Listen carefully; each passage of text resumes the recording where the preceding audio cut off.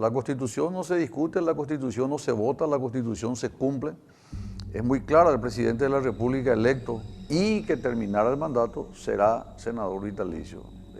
No formará parte del quórum, no tendrá voto, pero sí puede tener voz. O sea, es muy claro lo que le corresponde a un senador vitalicio. Y uno cuando asume la presidencia sabe perfectamente que ese es el desenlace final de un expresidente de la República electo y que terminara el mandato. Mi caso es más, todavía más inespecífico, porque es cierto, yo no fui electo, formé parte de la chapa, más no fui electo. Sin embargo, terminé el mandato de presidente de la República. Yo, por una cuestión de conveniencia personal, incluso podría haberme callado, ¿verdad? Porque a mí me conviene, yo podría eventualmente, si Nicanor jura, el día de mañana tener los mismos derechos, pero creo que el presidente de la República que fue electo, repito, y que terminará el mandato, no tiene otra opción, no tiene otra alternativa. Acá tenemos que ser claros, la Constitución no se discute, la Constitución no se vota, la Constitución se cumple. Yo di el ejemplo, yo no me candidaté. Yo, incluso estando en el ejercicio de la presidencia, no se me ocurrió a mí candidatarme, y tampoco en este periodo de tiempo que pasó, porque se genera un conflicto, se genera un debate que es absolutamente innecesario. En estos momentos el debate tenía que haber sido cómo vamos a mejorar la educación, cómo vamos a mejorar la salud, cómo vamos a terminar con el contrabando, cómo vamos a erradicar a los narcotraficantes. Ese es el tema en estos momentos que tendría que haber sido. No discutir sobre si Nicanor, si Cartes deben jurar o no. Para mí es muy claro. Ahí no hay nada escrito y es todo interpretación. Yo reconozco que un senador vitalicio no tiene ningún poder, no tenés ascendencia política, no tenés, incluso los compañeros, los correligionarios, en este caso de tu bancada, no te tienen en cuenta, no.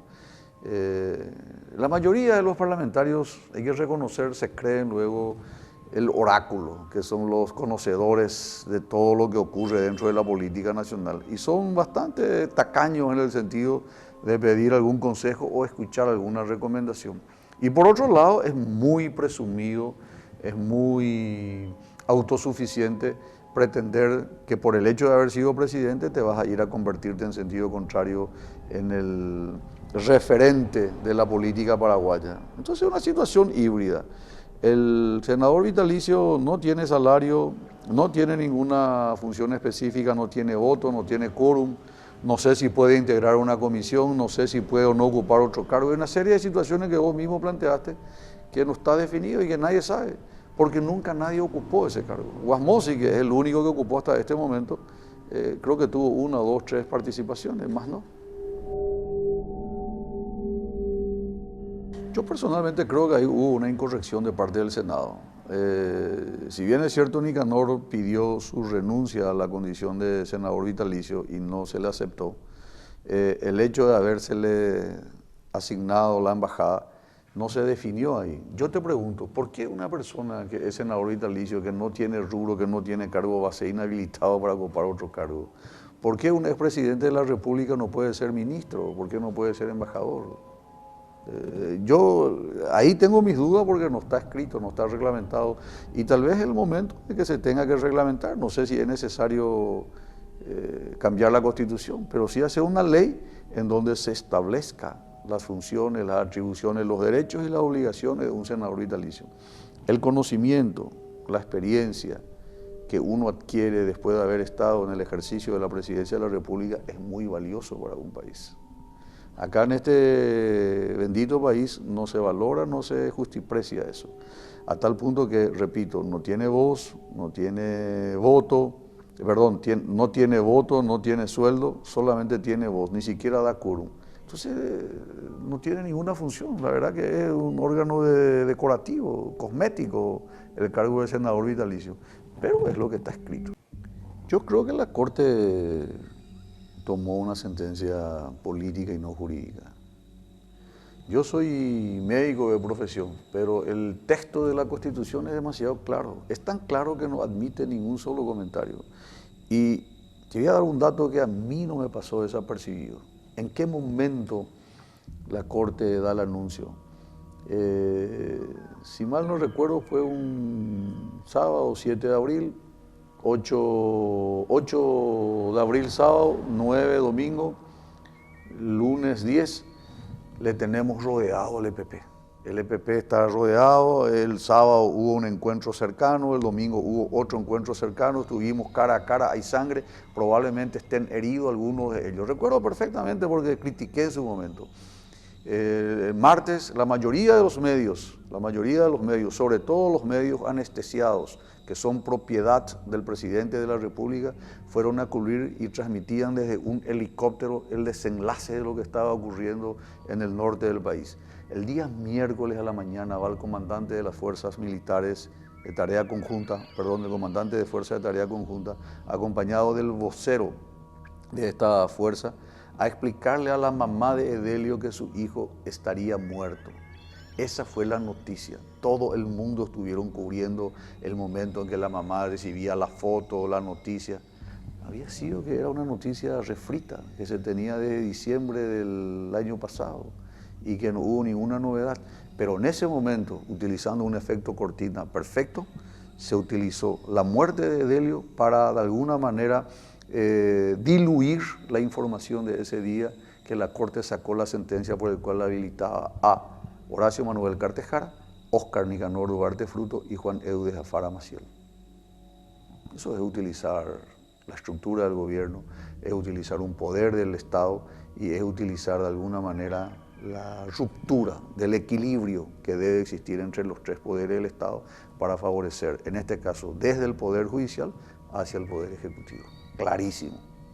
La justicia electoral de primera instancia y la Corte Suprema de Justicia, y en el caso particular de la justicia electoral, fue constituido un tribunal especialmente para aceptar la candidatura de Cartes, de Nicanor y la del mismo Afar, que fue una constitución absolutamente ilegal. La primera sala de la capital estaba integrada por 3 miembros, uno muere, otro cumple 75 años y queda una sola persona, que es la doctora Blasco.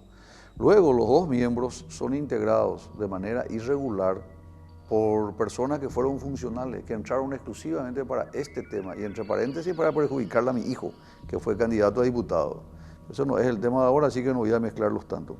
Se integró con un camarista que es del departamento de la Mambay, cuando que la ley dice que debe ser integrada por los de la sala contigua, en este caso es la segunda sala.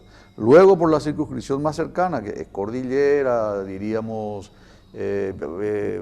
Presidente Hayes, Coronel Oviedo, eventualmente Misiones, Encarnación, Alto Paraná, toditos son más cercanos, sin embargo se integró con uno de Amambay y con uno de Concepción. Esta sala le autorizó la candidatura, refrendó de alguna manera el Tribunal Superior de Justicia Electoral y fue corroborada por una sentencia de favor por la Corte Suprema de Justicia. A tal punto que el propio presidente en su Twitter dice que una mujer, en este caso una ministra de la Corte Suprema de Justicia, va a ser la próxima presidente de la República.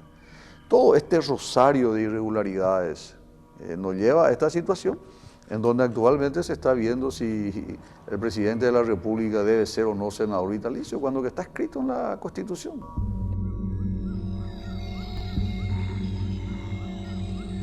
Yo creo que uno es funcional al otro. Si Nicanor entra, Cartes de cabeza, sin ninguna duda, sin ninguna duda. Y si yo fuera Mario Abdo Benítez, tenerle a una persona como Horacio Manuel Cartejara, con todo el poder económico que tiene, con más o menos el 50% de los senadores y otros 60% de los diputados, de 17 senadores, 4 son de la oposición, quedan 13. Creo que 1 o 2 son de Añetete, el resto son toditos de honor colorado. Son mínimo 11 a 12 gobernadores que le responden a Cartes. El 50% para utilizar un monto más o menos equilibrado de los parlamentarios son de honor colorado. Y tenerle como senador activo a Horacio Cartes y cohabitar, tener en un connubio, un maridaje entre el presidente de la República y Horacio Cartes, creo que no le conviene. La decisión de Mario, aunque no haya sido explícita, implícitamente a través de su vocero, siempre se expresó diciendo de que Horacio Manuel Cartejara no debe jurar. Y es lo lógico. Si Horacio Cartes, ojalá que esté escuchando el programa, yo le pediría que le haga un favor al Paraguay, que le haga un favor a la ciudadanía y que se vaya a su casa. Lo mejor que le puede hacer al Paraguay es cumplir su mandato y retirarse a la casa y desde ahí seguramente ver de qué manera puede ayudar a su partido. De otra manera, sería ingobernable el Paraguay en estos 5 años.